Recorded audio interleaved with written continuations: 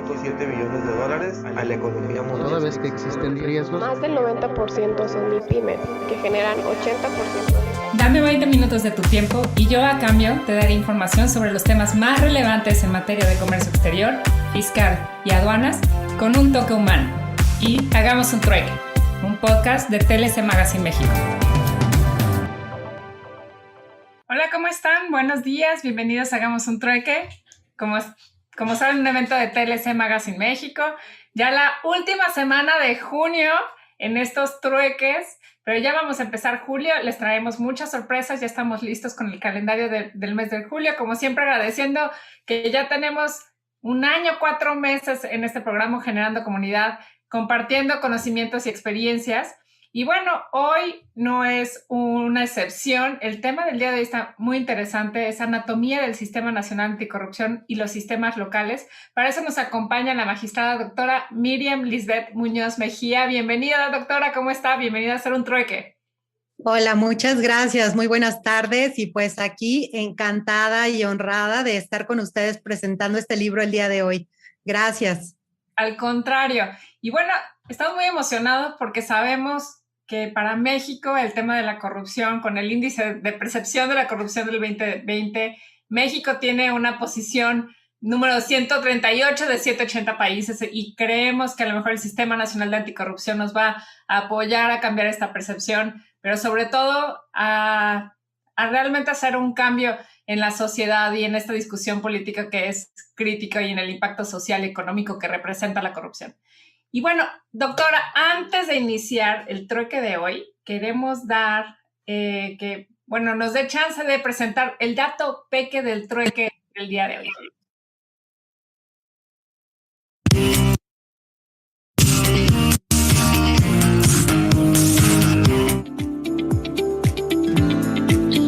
El dato peque del trueque de hoy. ¿Has escuchado que el SAT revisará los depósitos en efectivo a partir de 15,000 pesos? Bueno, pues las instituciones financieras están obligadas a presentar los avisos según corresponda de acuerdo con los depósitos en efectivo que reciban por sus clientes. Esto en términos del artículo 55, fracción cuarta de la Ley del Impuesto sobre la Renta. Las instituciones financieras presentarán aviso cuando sus clientes, es decir, cualquiera de nosotros, reciba depósitos en efectivo, retire o cobre cheques en ventanilla. Para tal efecto, se consideran 3 formatos distintos de aviso que tendrá que dar el banco respecto de las operaciones de sus clientes. Un formato cuando el monto sea superior a 15,000 pesos. Otro formato cuando el total de los depósitos del mes sumen 15,000 pesos, es decir, sean depósitos pequeños en ese mes, pero lleguen a la cantidad de 15,000 pesos o superior. Y 3, cuando sus clientes no reciban depósito en efectivo por ningún motivo en el mes. Estos avisos, las instituciones financieras los tendrán que presentar de manera mensual por cliente en los términos que establece el reglamento del Código Fiscal de la Federación y el anexo 1A, que se trata de avisos de actualización de actividades económicas y obligaciones al RFC. Asimismo, las instituciones financieras, cuando sus clientes en el ejercicio o bien durante 1 o varios meses no reciban depósitos en efectivo que excedan el monto acumulado mensual de 15,000 pesos moneda nacional, deberán informar mediante los formatos electrónicos IDE-A, Declaración Anual de Depósitos en Efectivo, o IDEM, Declaración Anual de Depósitos en Efectivo, ambos contenidos en el anexo 1, rubro A, numeral 2, según sea el caso, sin operaciones por el ejercicio o por el periodo que se trate. ¿Quiénes presentan estos avisos? Pues las instituciones del sistema financiero que paguen intereses cuando el monto mensual acumulado por los depósitos en efectivo que se realicen en todas las cuentas de las que el contribuyente sea titular en una misma institución del sistema financiero excedan esos 15,000 pesos, así como respecto de todas las adquisiciones en efectivo de cheques de caja. La periodicidad y cuándo se presentan. Bueno, de manera que en este ejercicio 2021 se estarán presentando a más tardar el día 10 del mes calendario inmediato siguiente al que corresponda. También de manera anual las del 2020 a más tardar el 15 de febrero de cada año, del próximo año. El objetivo que persigue es cumplir con la obligación establecida en la Ley del Impuesto sobre la Renta de informar sobre los depósitos en efectivo que se realicen en todas las cuentas de las que el contribuyente sea titular en una misma institución del sistema financiero. El fundamento legal, por si lo quieres saber o te interesa, es el reglamento de la Ley del Impuesto sobre la Renta para 2021, es decir, vigente actualmente, artículo 94, y la resolución miscelánea fiscal para el 2021, reglas 3.5.11, 3.5.12, 3.5.13 y 3.5.14, así como el anexo 1, rubro A, numeral 2 y anexo 1A, trámite 74, diagonal ISR y 75, diagonal ISR. Es decir, en pocas palabras, el Big Brother fiscal.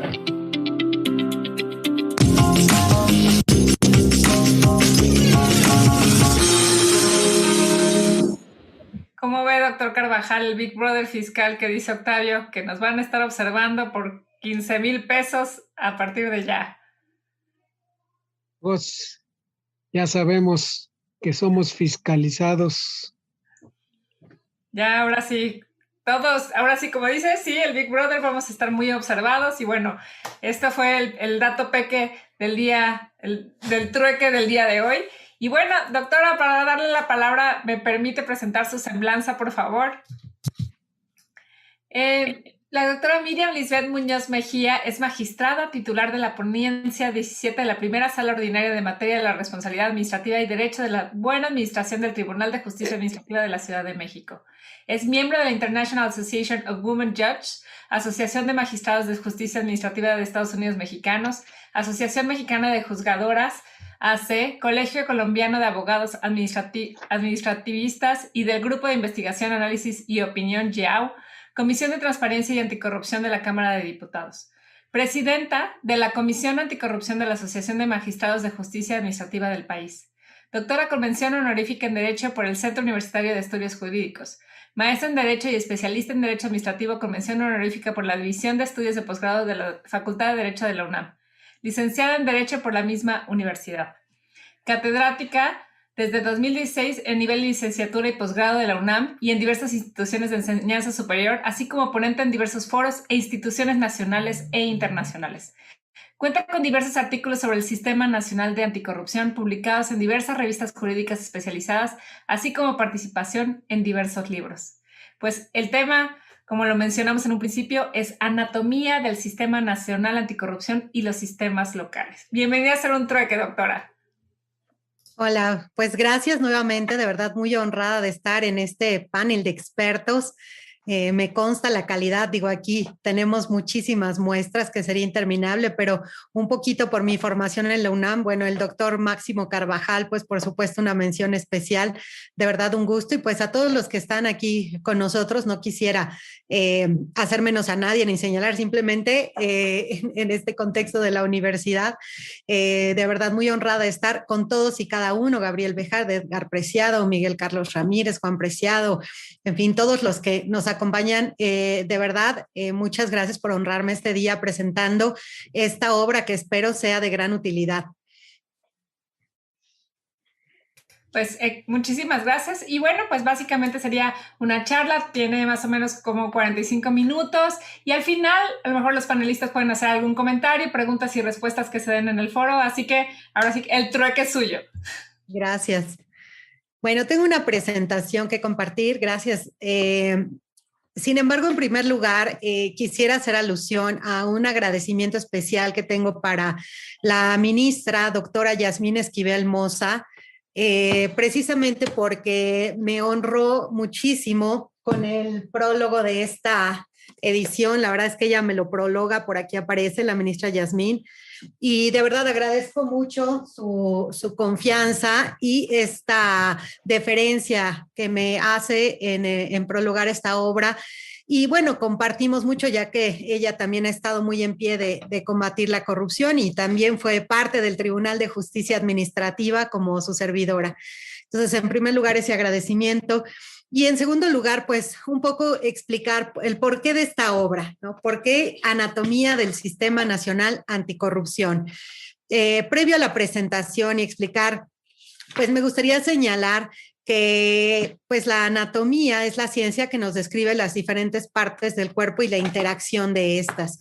Así, el libro tiene como finalidad explicar precisamente las distintas partes que conforman el sistema nacional y la interacción que se genera entre ellos. Este sistema, que a diferencia de la visión orgánica tradicional que se ha dado en nuestro país, al crear una institución que se va a dedicar a investigar, a analizar o a combatir algún fenómeno, pues ahora no vamos a tener ese organismo, no tenemos un nuevo ente, no es un órgano constitucionalmente autónomo, no. Este sistema trata de la coordinación de autoridades. Ese va a ser uno de los esquemas fundamentales. Ay, ¿sí me escuchan? Perfectamente. Sí, ok, es que por aquí se me fue la pantalla, pero ya. Entonces, te decía, aquí se trata de que coordinemos a las autoridades. El combate a la corrupción en México no es algo nuevo. Ya desde el siglo XIX encontramos en nuestras constituciones y en las leyes el juicio de residencia y otros planteamientos para combatir la corrupción de distintos servidores públicos. Creo que en este momento particular de México tenemos muchas leyes y muchas instituciones que tratan de combatir este fenómeno, tanto en la vía administrativa como en la vía penal. Tenemos delitos electorales, bueno, muchos tipos de procedimientos que van a combatir este mal, que decíamos es un mal además de todos, no es un mal exclusivo de una sociedad, de un estado, sino que es algo que se da como fenómeno a nivel mundial. Y bueno, en efecto, la corrupción es obviamente un fenómeno social que conlleva la alteración negativa de las instituciones. Es particularmente visible en la órbita de actuación del sector público, precisamente porque su impacto va hasta los ciudadanos. Y pues al trascender a la esfera de los particulares, pues por supuesto que genera gran atención el trabajo que se realiza en esa área. Sin embargo, el efecto nocivo de la corrupción puede generar, entre otros problemas, mal desempeño de gobierno, violación de derechos humanos, pérdida de vidas. Ya no nos vayamos al aspecto económico, que todos sabemos que son miles de millones de pérdidas lo que se genera en corrupción, el 9% del Producto Interno Bruto aproximadamente. Y decimos aproximadamente porque al ser una actividad ilícita no tenemos parámetros reales de medición. Tenemos aproximados, entonces es cerca del 9%, pero decía, lo más grave es esto, la violación a los derechos humanos, la pérdida de vidas y también la reducción de las condiciones de vida de todos. No tenemos servicios públicos correctos y el dinero se desvía para un fin distinto, aquel para el que fue otorgado a una administración. Tenemos obras públicas deficientes, que bueno, creo que sobraría en este momento hablar de algunos ejemplos de casos de obras públicas que han resultado en tristes tragedias actuales para nuestros connacionales, ¿verdad? Y bueno, precisamente estamos en un problema que a pesar de todo esto, en muchas ocasiones es tolerado. En muchas ocasiones podemos hablar de una especie de corrupción blanca, gris y negra, en donde la corrupción blanca va a ser generalmente tolerada. A veces tenemos prisa, nos detiene un oficial de tránsito y hay quien prefiere dar un apoyo, ¿no? La clásica mordida para salir del paso y continuar con sus actividades.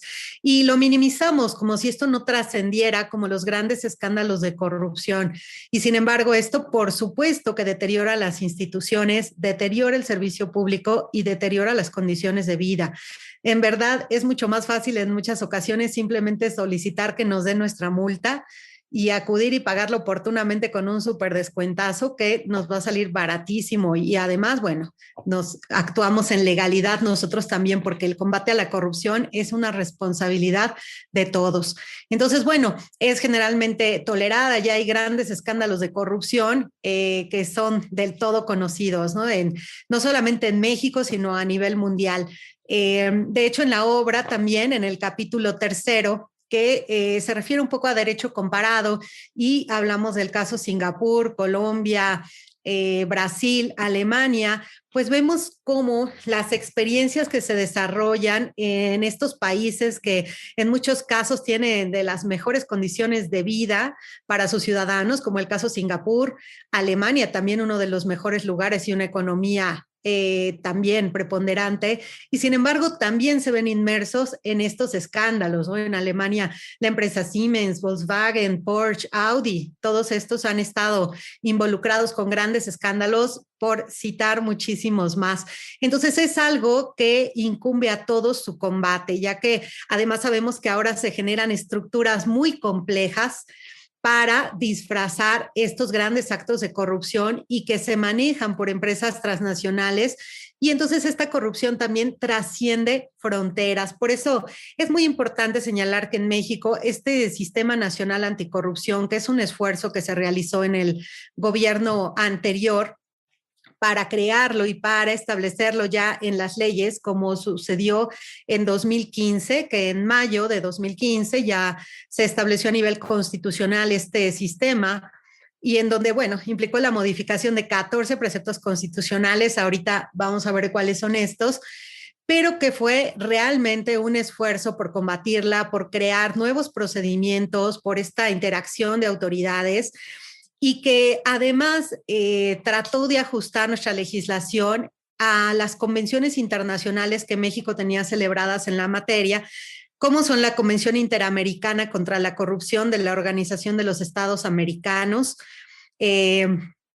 también la Convención para combatir el cohecho de servidores públicos extranjeros en transacciones comerciales internacionales de la OCDE, y la Convención de las Naciones Unidas para combatir la corrupción, o Convención Mérida, que fue firmada el 9 de diciembre de 2003 y ratificada por el Senado de la República en México en 2004, y que precisamente el Día Internacional de la Corrupción se celebra el 9 de diciembre, derivado de la suscripción de esta Convención de las Naciones Unidas contra la Corrupción. Entonces, bueno, aquí el Estado mexicano había generado una serie de obligaciones para adaptar su legislación, sus procedimientos a los estándares internacionales de las convenciones. Y bueno, si bien ya contábamos con algunas cosas, la verdad es que hacía falta mucho por avanzar en este camino, y con el sistema creo que se dio cumplimiento a muchos más aspectos de los contemplados en estas convenciones. Entonces, en este libro también, en el capítulo 2 que mencionamos, todo el marco jurídico marco normativo de combate a la corrupción que denominamos, bueno, hablamos de las convenciones, hablamos de las 7 leyes que se reforman y que surgen también a raíz de la creación de este sistema, y cómo se van adaptando los procedimientos, las faltas administrativas que ahora se incluye en las sanciones como faltas graves a los particulares en situación especial, cómo se transforma en el Código Penal el capítulo de los delitos cometidos por servidores públicos, que ahora se denomina delitos por hechos de corrupción. Y bueno, una serie de cuestiones más que se fueron modificando, las facultades de la auditoría también para realizar auditorías en tiempo real y terminar con este principio de anualidad y posterioridad, sino que ya pueden realizarse en tiempo real. Y bueno, un cúmulo de facultades adicionales, además de cambiar todo el esquema de responsabilidades administrativas, el procedimiento que se sigue. No se crea un nuevo derecho administrativo, que muchas veces ya también hay esa idea que tenemos un nuevo derecho administrativo disciplinario y que está surgiendo y que tenemos que comenzar a generar doctrina. No, esto ya lo teníamos desde hace mucho. Lo que sí sucedió es que se ajustaron las reglas del juego, por decirlo de alguna manera, y cambia el procedimiento, se divide el procedimiento, distintas autoridades van a conocer de cada etapa, de la etapa de investigación, sustanciación y resolución. Se involucra también ahora a los tribunales de justicia administrativa en el combate a la corrupción.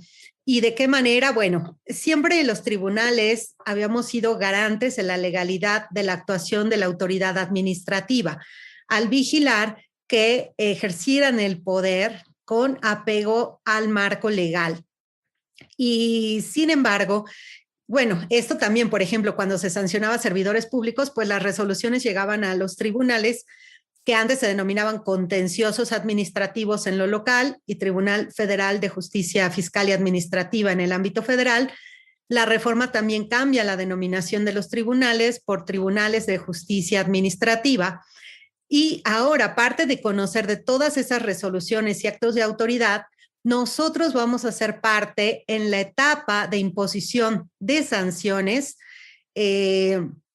precisamente como sancionadores de servidores públicos particulares o particulares en situación especial cuando incurran en alguna conducta vinculada con una falta grave. Entonces, ya no corresponde solo a las autoridades administrativas la investigación, sustanciación y resolución de los procedimientos administrativos disciplinarios, sino que ya no se involucran cuando se trate de faltas graves. Tenemos también una división entre faltas graves y faltas no graves, que si bien la ley antes contemplaba algunas, no había un capítulo totalmente dividido como ahora existe en la ley, en donde sí encontramos un procedimiento especial, autoridades distintas y, por supuesto, sanciones diferentes para el capítulo de faltas no graves. Y tenemos lo mismo para el capítulo de faltas graves, sus propias autoridades, su propio procedimiento y bueno, ya ahora que además aquí decíamos se adicionan los particulares y particulares en situación especial. Entonces tenemos muchísimas modificaciones a los ordenamientos precisamente para tratar de tener un soporte más fuerte para combatir la corrupción. De hecho, el Sistema Nacional Anticorrupción se va a basar en 3 ejes, que son la prevención, la detección y la sanción de faltas administrativas, delitos por hechos de corrupción y la fiscalización y revisión del ejercicio del gasto público. Entonces, se están contemplando todos los aspectos y la verdad es que me parece que ha habido mucha voluntad política precisamente para que este sistema opere. Aún falta mucho, a 6 años de haberse reformado la Constitución para crearlo. Pues bueno, la verdad es que todavía encontramos que no ha podido empezar a funcionar en su totalidad y hemos tenido algunos baches en el camino. Me gustaría compartir una presentación para más o menos describir qué es el Sistema Nacional Anticorrupción, para que quede más claro y ya de ahí partir algunas peculiaridades que también me gustaría comentar. Entonces, si me permiten, voy a compartir. Bueno, por aquí no sé si la puedo compartir o si me ayudan a compartirla. Sí, claro. Se las envié, por favor. Dame un segundito.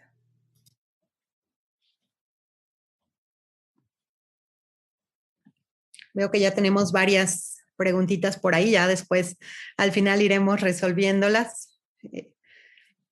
Como que es un particular en situación especial, es algo que marca la ley. Bueno, aquí si lo puedes poner en pantalla completa, gracias. Bueno, pues este es el libro que acabamos de publicar bajo el sello de la editorial CUEG, su servidora, y les digo, la verdad, honrada con este prólogo de la ministra Yasmín Esquivel Moza. Y bueno, aquí precisamente vamos a describir qué es el Sistema Nacional, en dónde se encuentra regulado, cuál es su objeto y en general su funcionamiento.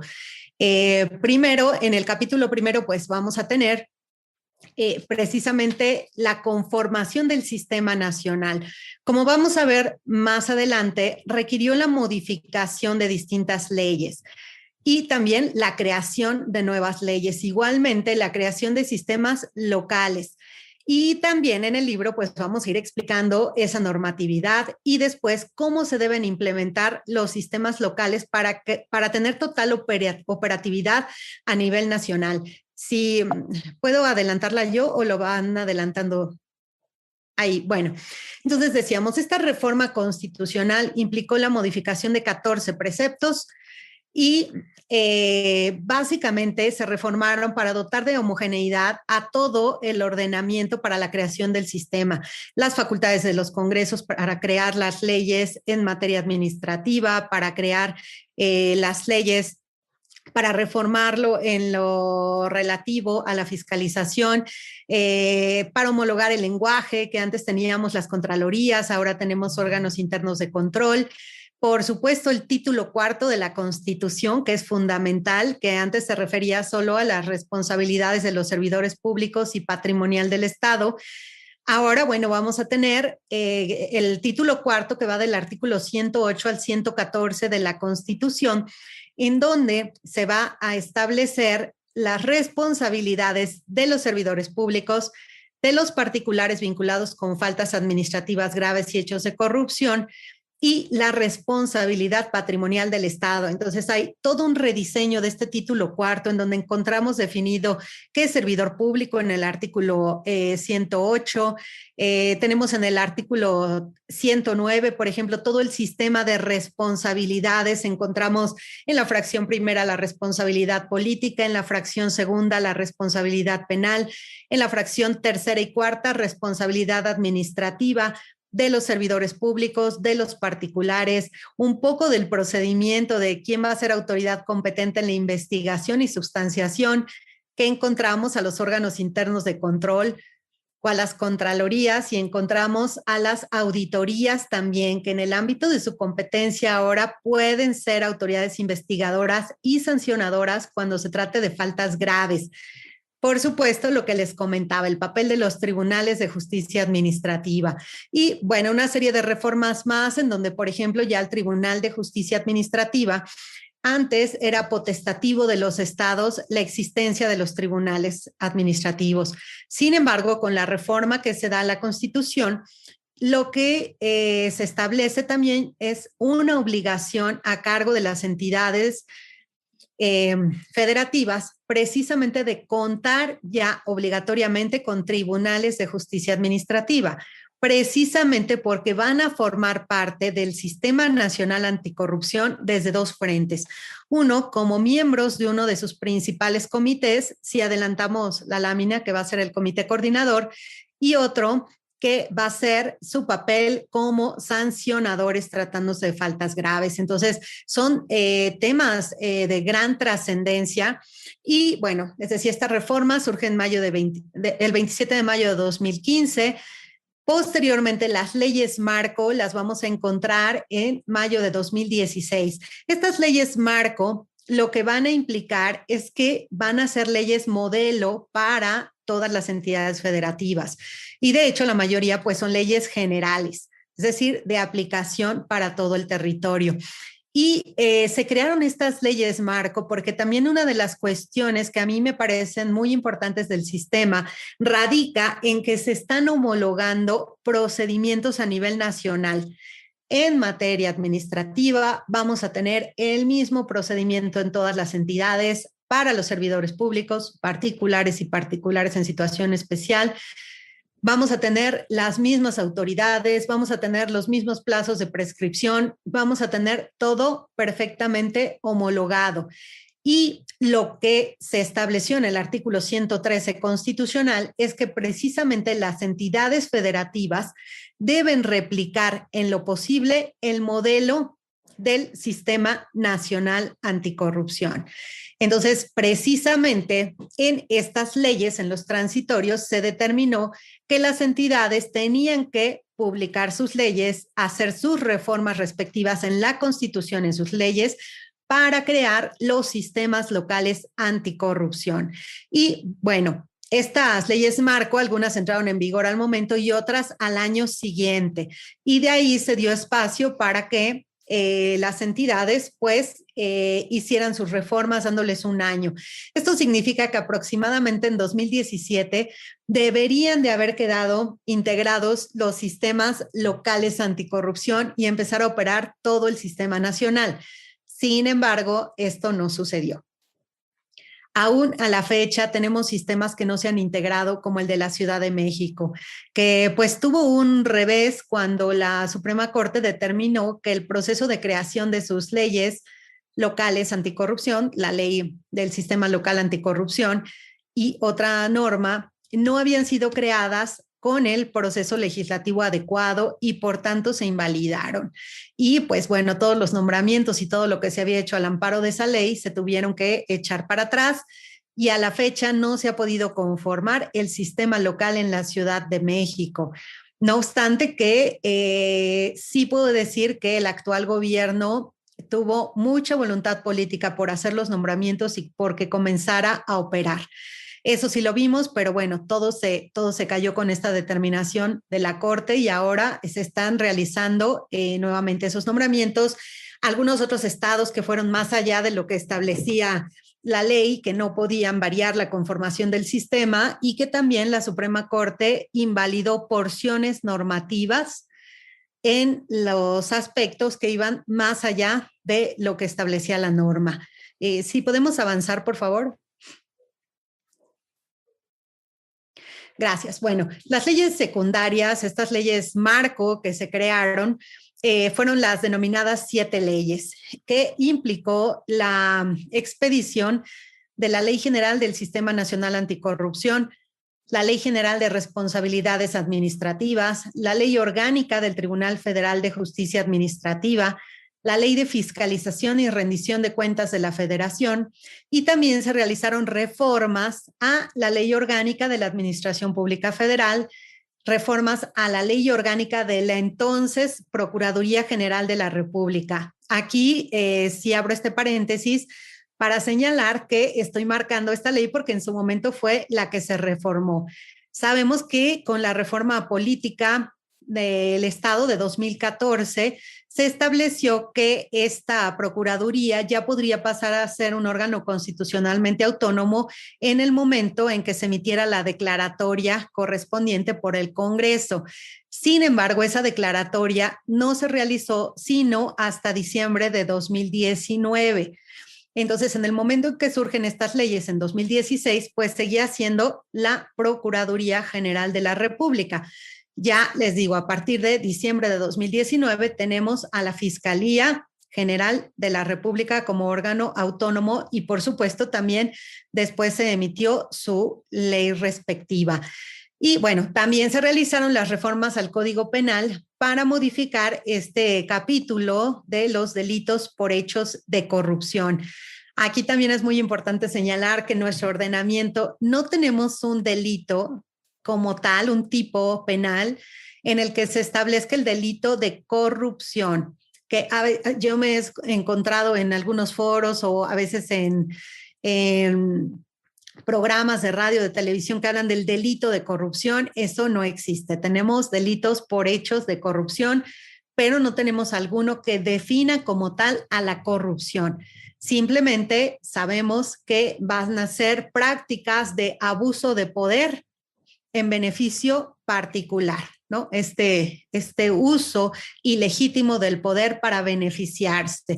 Y pues de ahí se han creado los distintos tipos administrativos o penales para establecer qué conductas pueden ser sancionadas, pero no vamos a encontrar ese tipo de corrupción. Y bueno, estas fueron las leyes que se crearon o que se reformaron. Por supuesto, se consideró la expedición de una nueva cuando implicaba tantas modificaciones a la legislación existente que podría no quedar de manera coherente, integrada, ¿no? Entonces, para dotar igual de homogeneidad y de coherencia, pues mejor se creó una ley estableciendo las nuevas facultades de las autoridades en materia de combate a la corrupción. Por ejemplo, bueno, por supuesto, la Ley General del Sistema era necesaria para regular cómo va a estar operando porque es de nueva creación. la Ley General de Responsabilidades Administrativas para establecer los nuevos procedimientos, los nuevos plazos de prescripción que antes eran de 1 a 3 años, se amplían de 3 a 7 años, dependiendo el tipo de falta, que además es mejor porque los procedimientos de investigación se pueden realizar con más especialización. La Ley Orgánica del Tribunal Federal de Justicia Administrativa, porque para desarrollar su nueva competencia se crearon salas especializadas. Y entonces, bueno, se tuvieron que establecer en la ley, además, junto con el cúmulo de facultades que van a desarrollar esta nueva competencia. La ley de fiscalización y rendición de cuentas, porque igual cambiaron todas las reglas respecto de la auditoría que se realiza y las demás reformas porque no implicaban tantas modificaciones a la legislación de manera completa. Si avanzamos, por favor.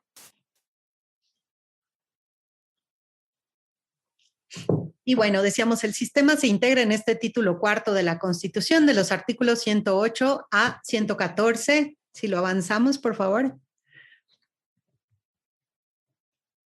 Y bueno, ¿cómo se define este sistema? El artículo 113 establece que el Sistema Nacional Anticorrupción va a ser la instancia de coordinación entre las autoridades de todos los órdenes de gobierno competentes en la prevención, detección y sanción de responsabilidades administrativas y hechos de corrupción, así como en la fiscalización y control de recursos públicos. Entonces, aquí está muy claro, es solamente una instancia de coordinación. También nos señala que va a ser entre las autoridades de todos los órdenes de gobierno. ¿Por qué? Pues porque obviamente debemos involucrar a todos, a la federación, a los estados y a los municipios. Esos 3 ámbitos de competencia del gobierno. Y bueno, la participación de cada uno se va a dar de una manera diferente. De hecho, hay mucha controversia respecto a la participación de los municipios porque algunas entidades han interpretado que deben ser parte creando también sistemas municipales. Sin embargo, el sistema no los contempla, como ahorita lo vamos a analizar, y que ha dado pie a grandes problemáticas en muchas entidades, en donde además por la propia conformación de los sistemas no se podría lograr en un ámbito municipal. Y bueno, obviamente porque se trata de que sea también algo ágil y algo dinámico, y en nuestro país tenemos más de 2,000 municipios. En Oaxaca tan solo 570 municipios, no habría ni siquiera presupuesto para crearlos, ¿no? Sí implicaría un gasto, además de que no existen las autoridades ni el diseño político, jurídico político para establecerlo, como ahorita vamos a comentar.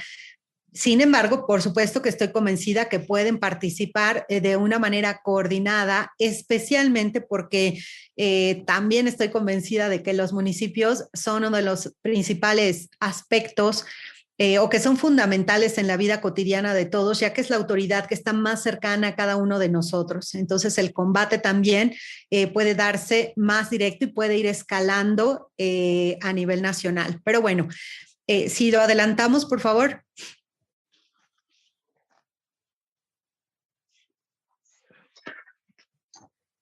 Sí, ok.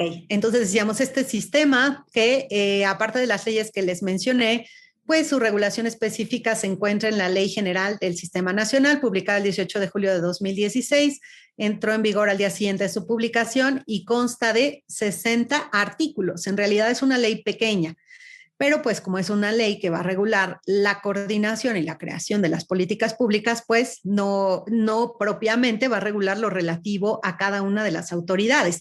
Estas ya tienen su propia competencia en sus propias leyes. Solamente va a regular cómo van a interactuar y cuáles van a ser las facultades de todas aquellas que participan en este sistema. Si avanzamos, por favor. Gracias. Entonces, como decíamos, no constituye un nuevo ente con personalidad jurídica propia, ni una dependencia del Poder Ejecutivo, ni un órgano constitucionalmente autónomo. Se trata únicamente de una instancia de coordinación conformada por los titulares de diversas instituciones de gobierno en los 3 ámbitos de actuación, y especialmente es de destacar, por cierto, eso no lo había comentado ahorita, es a lo que iba, de destacar que también se va a integrar por ciudadanos, quienes van a tener un papel predominante en el combate a la corrupción. Este fue un reclamo de la ciudadanía, el ser partícipe, el ser escuchados, así que se integró un comité de participación ciudadana que, de hecho, quien lo presida también va a presidir un comité que es uno de los más importantes para el sistema. Si avanzamos, por favor. Sí, si avanzamos, por favor. Igual, si avanzamos, esto es más bien de las leyes y de pronto me adelanto yo solita en el contenido de las láminas, que es precisamente para establecer, ¿no? Bueno, aquí dice, al sistema le va a corresponder establecer los principios, bases generales, políticas públicas y procedimientos para la coordinación entre las autoridades de todos los órdenes de gobierno en la prevención, detección y sanción de faltas administrativas y hechos de corrupción, así como en la fiscalización y control de recursos públicos. Es una instancia cuya finalidad es establecer, articular y evaluar la política en la materia.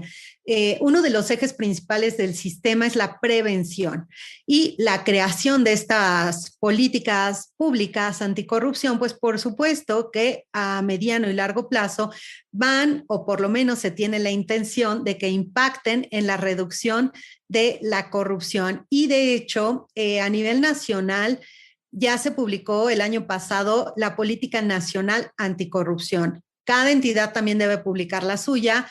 Ahí sí, vamos todavía un poco atrasados. Estado de México y Morelos ni siquiera han comenzado. Pero bueno, a nivel nacional ya tenemos por ahí esta política nacional que tiene 4 líneas de acción que son en verdad muy interesantes, pero que implicarían de suyo toda una conferencia solo para hablar de estas políticas. Si avanzamos, por favor. Ok, y bueno, de conformidad con lo dispuesto en el artículo 113 de la Constitución y 7 de la Ley General del Sistema, encontramos que el Sistema Nacional se va a integrar por 3 comités y los sistemas locales anticorrupción.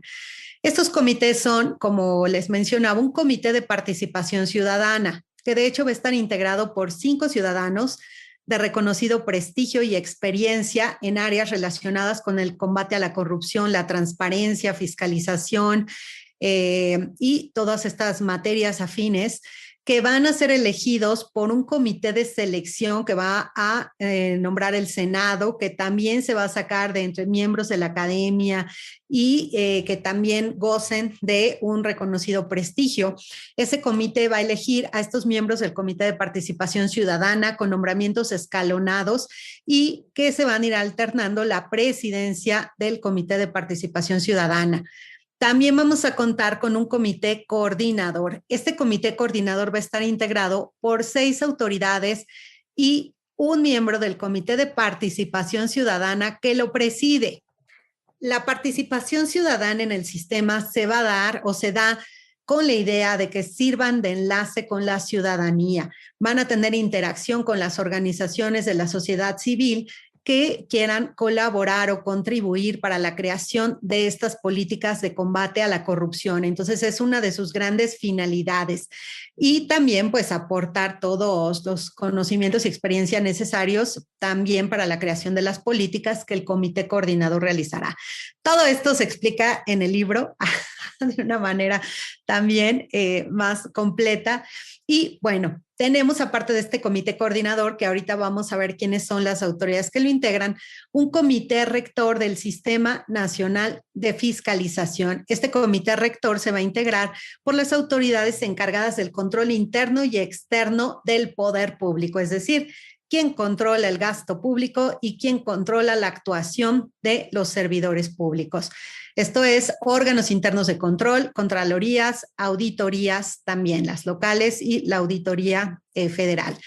Y nos dice este artículo que el sistema nacional, aparte de estos 3 comités, se va a integrar por los sistemas locales, es decir, 32 sistemas locales. Uno que se debe conformar por cada entidad federativa y que debe diseñarse replicando en lo posible el modelo del sistema nacional, como habíamos señalado. Si avanzamos, por favor.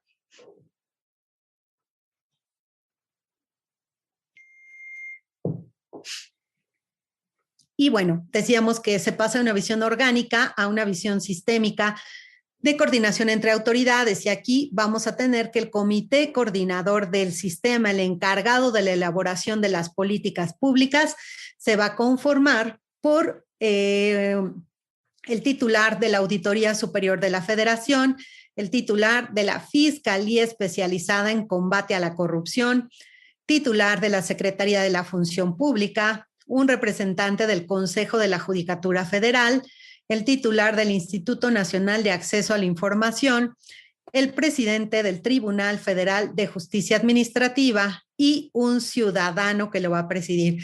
Como podemos ver, todas estas autoridades, por supuesto que están vinculadas con el combate a la corrupción.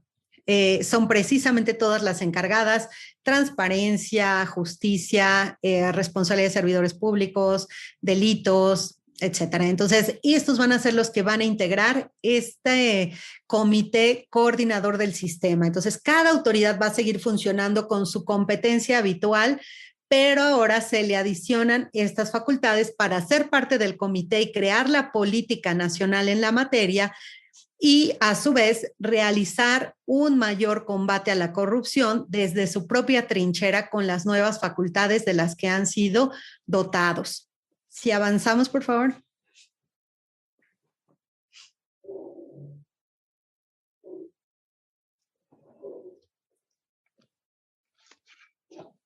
Y bueno, otro aspecto a destacar es que a raíz del surgimiento de este sistema nacional, les decía, no tenemos un nuevo ente, no tenemos un nuevo organismo. Sin embargo, sí se crea un órgano de apoyo técnico del comité coordinador, porque obviamente al ser nuevas funciones y una competencia colegiada, pues necesitan quien coadyuve con la realización de estas funciones para no distraerlos tampoco de sus funciones básicas o esenciales que por su naturaleza tienen asignadas de origen. Y así encontramos la creación de la denominada Secretaría Ejecutiva, que va a ser la encargada de proveerle la asistencia técnica y los insumos necesarios para el desempeño de sus atribuciones, siendo el único órgano que se crea. Y esta va a ser una paraestatal, va a ser un órgano descentralizado. ¿Okay? Entonces va a contar con su junta de gobierno, bueno, todo lo que conlleva una paraestatal. Es el único organismo que surge y va a tener, por supuesto, un secretario técnico que lo va a presidir. Y ese secretario, bueno, va a ser propuesto por el Comité de Participación Ciudadana. Y pues va a ayudar con esto y también con la evaluación de las políticas públicas en la materia para, en su caso, readaptarlas. Sí, continuamos, por favor. Y ya, ¿verdad? Bueno, gracias. A grandes rasgos, esto es lo que conforma el sistema nacional y las leyes que se tuvieron que reformar y modificar. Decía, al final también aplica toda la parte de las convenciones internacionales, y pues ya en lo específico tendríamos que entrar al análisis de cuáles fueron las reformas a cada una de las leyes en la materia, pero el trabajo es de todos. Y ahora pues lo que tenemos que estar evaluando y revisando es cómo se están conformando los sistemas, quién falta y la voluntad política para terminarlos. Mucho hemos escuchado en redes, en medios, hasta en la propia academia, en el sentido de que este sistema no sirve para nada, que nada más nos cuesta dinero, que no funciona. Y bueno, es complicado evaluarlo si atendemos a que a la fecha no se ha logrado conformar en su totalidad. De hecho, por ejemplo, en materia federal, los magistrados anticorrupción apenas se están nombrando. El Comité de Participación Ciudadana tenía sus 5 integrantes, pero fueron feneciendo los plazos de sus nombramientos y no se conformó un nuevo comité de selección por parte del Senado para realizar los nuevos nombramientos. Entonces, a la fecha, en lugar de tener 5 integrantes, solo tiene 1. Como chiste de los perritos, de los 5 que tenía, ya nada más me queda 1.